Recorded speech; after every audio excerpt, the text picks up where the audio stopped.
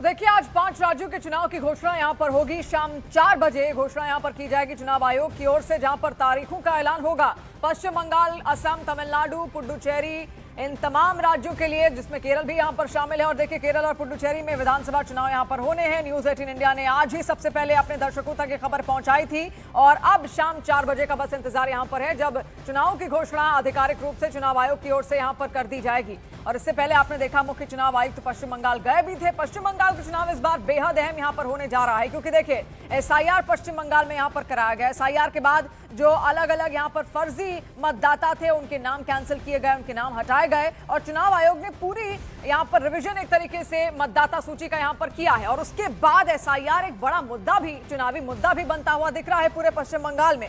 और इससे पहले जो विधानसभा चुनाव हुए थे, उसमें 7 से 8 चरणों में विधानसभा चुनाव कराए गए थे, लेकिन इस बार क्योंकि अब ये संख्या मतदाताओं की थोड़ी सी कम हुई है, तो 4 से 5 चरणों में मतदान हो सकते हैं।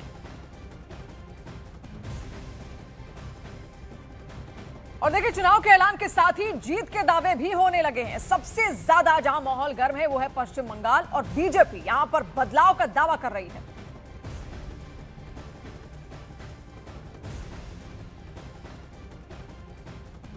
रहती है और आज बहुत दिनों से हम लोग तैयारी कर रहे हैं और भारतीय जनता पार्टी सिर्फ चुनाव के समय नहीं तैयारी करती, वो फर्स्ट डे से ही जब काम अपना करना चालू कर देती। और आज बड़ा शुभ दिन है कि आज 5 राज्यों में चुनाव का अनाउंसमेंट करने आ रही है चुनाव आयोग।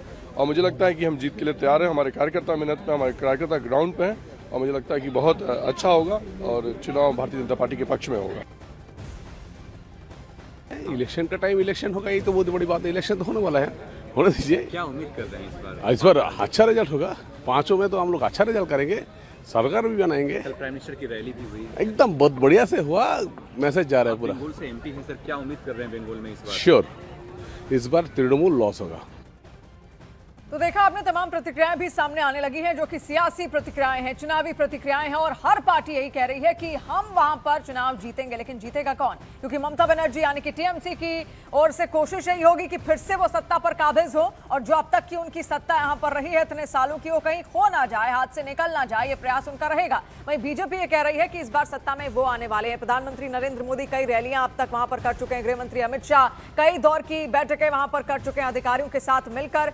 इसके अलावा जितने भी वहां पर बीजेपी के कोर कार्यकर्ता हैं उनके साथ मिलकर, और इसीलिए अब हर पार्टी कमर कस चुकी है। इसके अलावा मुख्य चुनाव आयुक्त भी यहां पर जाते हुए दिखे, जहां पर उनका यह कहना था कि उनका ये दौरा बेहद अहम है, क्योंकि कोशिश उनकी है कि पारदर्शिता, ट्रांसपेरेंसी इन चुनावों में किसी भी तरीके से बढ़ती जाए और कोई भी धांधली ना हो। उसको लेकर वो निरीक्षण करने पश्चिम बंगाल पहुंचे भी थे। पश्चिम बंगाल में एसआईआर हुआ था, आपको याद होगा। एसआईआर को बड़ा चढ़ाकर वहां पर किस तरीके से उसका विरोध भी वहां सत्ता पक्ष यानी कि ममता बनर्जी की सरकार की ओर से किया गया था। लगातार उसको चुनावी मुद्दा बनाने का प्रयास इन चुनावों में हो भी रहा है। और देखिए, इसी के बलबूते आप देखिए, बीजेपी का दावा है कि एसआईआर हो चुका है, जितने भी फर्जी वोटर्स थे उनके नाम हटाए गए हैं।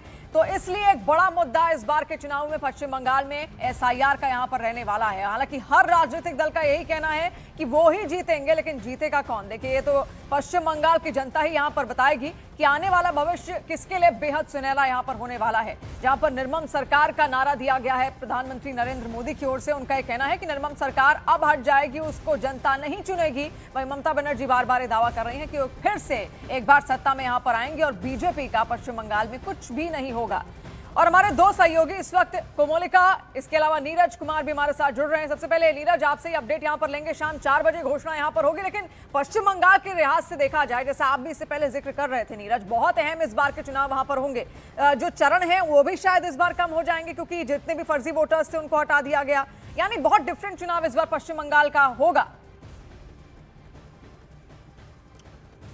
शिवांगी, देखिए, आपने ठीक कहा कि थोड़ी देर पहले हम लोग इस बात का जिक्र कर रहे थे कि बंगाल में इस बार पहले की तुलना में चुनावी चरण कम होंगे। जो हमें जानकारी मिली है, 3 से 4 चरणों में चुनाव होंगे। बिल्कुल, एसआईआर का मुद्दा जो है बाकी राज्यों में तो खत्म हो गया है, जहां जहां एसआईआर कराया गया है, लेकिन बंगाल में इस वक्त वो अभी भी चल रहा है, क्योंकि 60 लाख ऐसे मतदाता है जिन्हें विचाराधीन कैटेगरी में चुनाव आयोग की तरफ से डाला गया है। तो उन मतदाताओं के भविष्य का क्या होगा वो आने वाले वक्त में पता चलेगा। हालांकि नॉमिनेशन से पहले वो अपने आप को सप्लीमेंट्री लिस्ट में ऐड करवा सकते हैं अगर उनकी जांच पूरी तरह से हो जाए। लेकिन राजनीतिक दलों की तरफ से शिवांगी तैयारी कर ली गई है। कांग्रेस की बात करें, बीजेपी की बात करें, टीएमसी की बात करें, डीएमके की बात करें, लेफ्ट की बात करें, उन्होंने अपने अपने राज्यों में तमाम चुनावी तैयारियां कर ली हैं।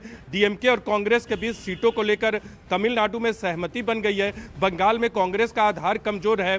लेफ्ट के मुकाबले कांग्रेस इस बार केरल में उम्मीद लगाए बैठी है। और असम में प्रियंका गांधी को जिस तरह से कांग्रेस ने स्क्रीनिंग कमेटी का अध्यक्ष बना के उतारा और गौरव गोगोई को उसके पहले कांग्रेस का प्रदेश अध्यक्ष बनाया, उसके बाद कांग्रेस और बीजेपी के बीच मुकाबला वहां टक्कर का है। और 65 सीटों पर कांग्रेस पार्टी ने अपने उम्मीदवारों का ऐलान भी कर दिया। तो चुनाव की घोषणा से पहले ही राजनीतिक दलों ने अपने बुनियाद को मजबूत किया है। देखना होगा कि आने वाले वक्त में अगर बंगाल को छोड़ दे, बंगाल में एसआईआर का मुद्दा होगा, लेकिन मुझे नहीं लगता कि दूसरे राज्यों में एसआईआर मुद्दा एक बार चुनाव प्रचार जब जोर पकड़ेगा तो एसआईआर का मुद्दा हावी रहेगा, लेकिन बंगाल में यह मुद्दा मजबूती से हावी रहेगा। दक्षिण के अलग अलग मुद्दे यहाँ पर बेशक नीरज यहाँ है, लेकिन सबसे बड़ा मुद्दा अगर एसआईआर का है तो पश्चिम बंगाल के लिहाज से ही है। कमालिका लगातार हमारे साथ जुड़ी हुई है। कमालिका, आप लंबे वक्त से पश्चिम बंगाल की राजनीति को बेहतर तरीके से समझती हैं, किस तरफ हवा जाती हुई दिख रही है? और इस बार बहुत अहम होगा, जो वोटर्स जिनके नाम कटे हैं, जो फर्जी वोटर्स यहाँ पर पाए गए थे, वो किसको अब तक वोट करते आए थे, और अब बचे जो हैं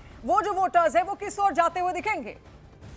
देखिए, वही है कि हवा का रुख किस तरफ बदलेगा, यही सबसे बड़ा सवाल जो आज से शुरू हुआ है और इसका अंत शायद मई महीने में जाके होगा। जैसे नीरज भी बता रहे थे कि यहाँ पे एसआईआर एक मुद्दा है और ये सही है कि लगभग 61 लाख वोटर्स जो हैं उनके नाम कट गए हैं। 61 लाख वो वोटर्स छोड़ के हमारे फिर भी 61 लाख और हैं जो एडजुडिकेशन में है। उनको अभी पता नहीं है कि उनका नाम रहेगा या नहीं रहेगा। और यही जो जगह है, ये जगह सबसे सेंसिटिव है, क्योंकि ये एक भारी तादाद पे देखा गया है। मालदा, मुर्शिदाबाद में जो माइनॉरिटीज हैं उनके नाम यहाँ पे इस एडजुडिकेशन लिस्ट में आए हैं। तो क्या वो वोट दे पाएंगे, ये एक बहुत बड़ा सवाल है।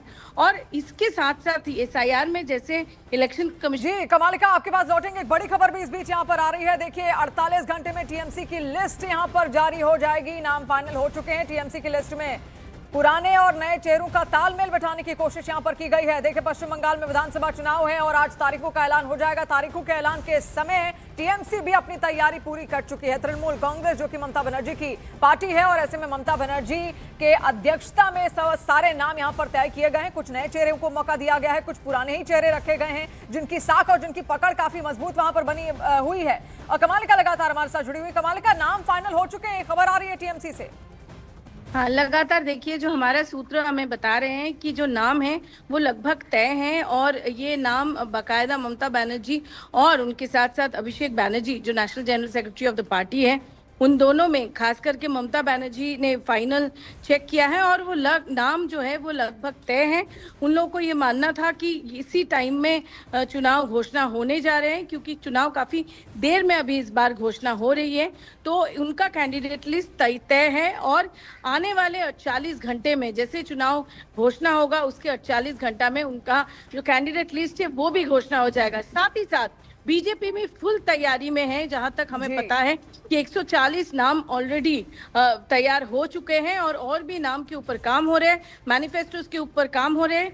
जहां तक यहाँ पे हवा की बात हो रही थी, 15 साल का एक एंटी इनकम्बेंसी है जो ममता बनर्जी को फेस करना है। वो ममता बनर्जी के सामने सबसे बड़ा चुनौती है। साथ साथ एसआईआर में जो नाम कटे गए हैं वो भी ममता बनर्जी के लिए चुनौती है। दूसरी तरफ अगर देखा जाए, बीजेपी मुंह तोड़ अपना जो शक्ति है वो बीजेपी जो अपना शक्ति है वो पूरी तौर पे लगा रहे हैं। और कल ही जो एक ब्रिगेड में जो एक रैली हुआ था, जो प्रधानमंत्री खुद आए थे, उस रैली में ब्रिगेड पैरेड ग्राउंड के इतना बड़ा ग्राउंड में सारे लोग आ गए थे। तो ये एक बहुत बड़ी बात है जहां पर प्रधानमंत्री ने बार बार निर्मम सरकार बोला है और ये भी बोला है कि चुन चुन के हिसाब लिया जाएगा। तो रोचक है, कुरुक्षेत्र जैसा बैटल मुझे लग रहा है, यही मूड है यहाँ पे, ये मैं बता सकती हूँ।